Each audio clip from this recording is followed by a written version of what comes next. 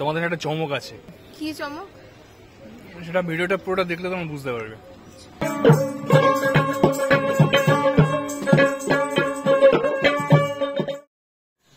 Good morning, সুপ্রভাত। আজকে একটা নতুন দিনে শুরু হচ্ছে আবার। কালকে আমরা এতটা ক্লান্ত হয়ে গেছিলাম, আমি আর বাবু তো কালকে এসে কি খেয়েছি তাই জানি না, কোনো রকম খেয়ে দিয়ে ঘুমিয়ে পড়েছি।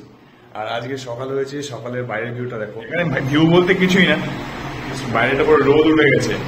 এখন আমরা বেরোবো। কালকে আমি বলেছিলাম কোপাই নদী যাবো, আজ কালকে কিছু যাবেনি, আজ কোপাই নদী যাবো আর অনেক জায়গায় যাবো। আর এখানে আমাদের অনেক পুরনো পরিচিত একজন দাদা আছেন, অরূপের সঙ্গে দেখা করবো। এখন অরূপ ফোন করেছিলেন, দেখা করি, তারপরে আস্তে আস্তে আস্তে প্ল্যান করে করে যাওয়া। বাবু তো ফুল রেডি, পুরো চকাচক। বাবু কি গো, তুমি এত সুন্দর সাজছো কোথার থেকে? আমি কোথা থেকে সাজছি এত সুন্দর? হ্যাঁ, ওই আয়নার থেকে।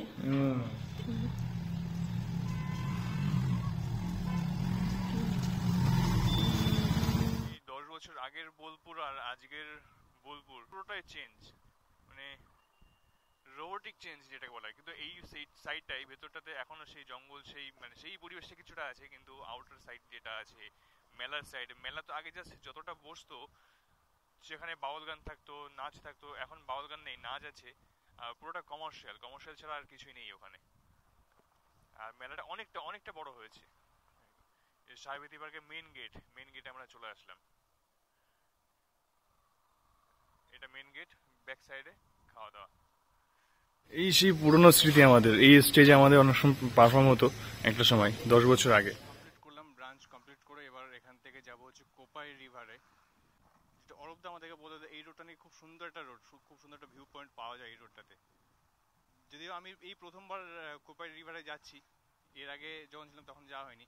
আর এদিকে ভেড়াগুলো দাঁড়িয়ে দাঁড়িয়ে এখানে ঘাস খাচ্ছে।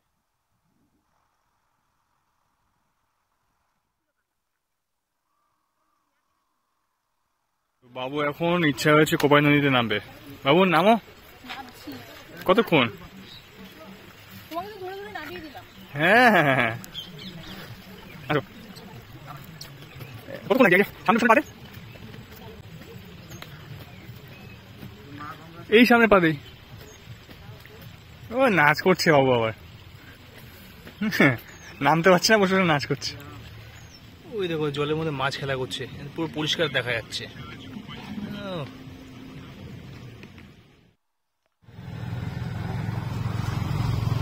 টাটা করে এবার আমরা বেরিয়ে পড়লাম। এবার যাবো কোথায়? বিশ্বভারতী যাবো। তো এখানে প্রবেশ করতে গেলে যে আছে হেলমেট থাকলে হেলমেট, এই যে হেলমেটের ইয়ে দিল, এখানে হেলমেটটা জমা করতে হবে, একটা টোকেন দিয়ে দেবে, একটা কার্ড মতন দিয়ে দেবে। এবার এইটা এই টিকিট কেটেছে বাবু, টিকিট হাতে নিয়ে ঘুরে বেড়াচ্ছে। এবার আমরা যাবো ভেতরে গিয়ে দেখবো কি কি আছে, তাই তো বাবু হচ্ছে আমার এখন গাইড। হ্যাঁ 500 টাকা বলেছিল, আমি যেই বলেছি 100 টাকা পালিয়ে চাল, আমার মুখ দর্শন করবে। এখানে 500 টাকা চার্জ করছে, শুধু কিছু না, টোটো করে বিয়েতে বিশ্বভারতী ক্যাম্পাসটা ঘোরাবে। পুরো ভেতরটা ঘুরে দেখলাম, ভেতরে অনেক অনেক কিছু জিনিস আছে, রবীন্দ্রনাথ ঠাকুরের ব্যবহৃত জিনিস, জুতো, পাঞ্জাবি, তারপরে ওনার কলম, ওনার তুলি, মানে এবং বিভিন্ন দেশ থেকে যেগুলো গিফট পেয়েছিলেন। তারপরে রয়েছে হচ্ছে ওনারা যে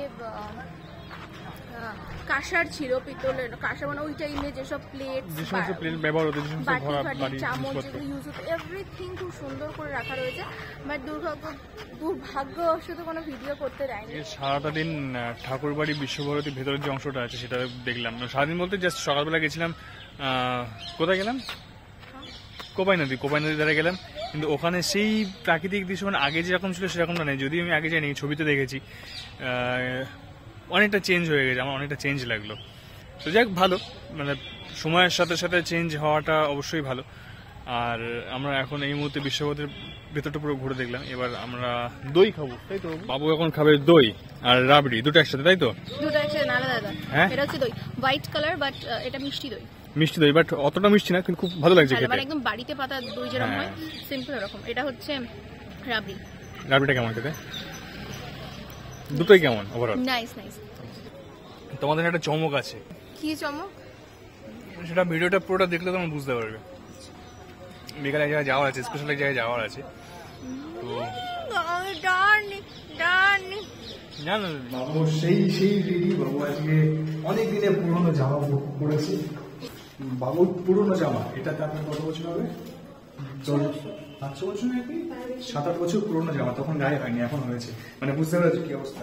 আর বাবু আজকে পুরো বারবি সেজেছে, বারবি। হ্যাঁ বারবি সেজেছে, হ্যাঁ? এইটা একটা পিঙ্ক আর ওটা একটা পিঙ্ক। হ্যাঁ। তো আমরা এখন যাবো কোথায়? আগে যাবো হচ্ছে আমরা রাতের ডিনারের অর্ডার দিতে, তারপরে যাবো ওখান থেকে দেখা করবো অরূপদার সাথে দেখা করে তারপরে আমরা যাবো আখড়ায়। আখড়ার মজাটা সেই, বাইরে বেরিয়ে ফুচকা না খেলে হয়? হ্যাঁ, কেমন লাগে যাবো? আমরা এখন রবিদার বাড়িতে পৌঁছে গেছি, রবিদাস বাউল দাদার আখড়ায় পৌঁছে গেছি। বহুত দিন পরে দাদার সাথে দেখা। বাবু কি করছো, কেমন লাগছে তোমার জায়গাটা? আমি পাই না জমিদারের দেখা, আমি পাই না জমিদারের দেখা, মনের দুঃখ কারে গো, আমি তো সেই ঘরের মালিক নই গো, আমি তো সেই ঘরের মালিক নই। আশার কাছে তুলে দিয়ে, আশার কাছে তুলে দিয়ে, আমার আশার কাছে তুলে দিয়ে, ও কেড়ে নিল বাসের মই।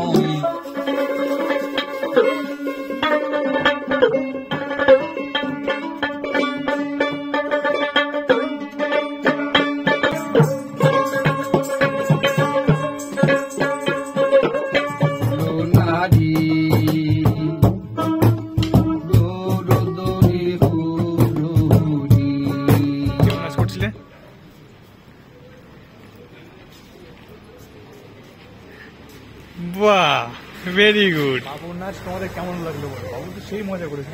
আখড়ার মজাটা তোমাদের কেমন লেগেছে সেটা কিন্তু অবশ্যই কমেন্টস করবে, আর কেউ কিন্তু কমেন্টস করতে ভুলবে না। আর যারা এখনো পর্যন্ত আমার চ্যানেলটাকে সাবস্ক্রাইব করোনি,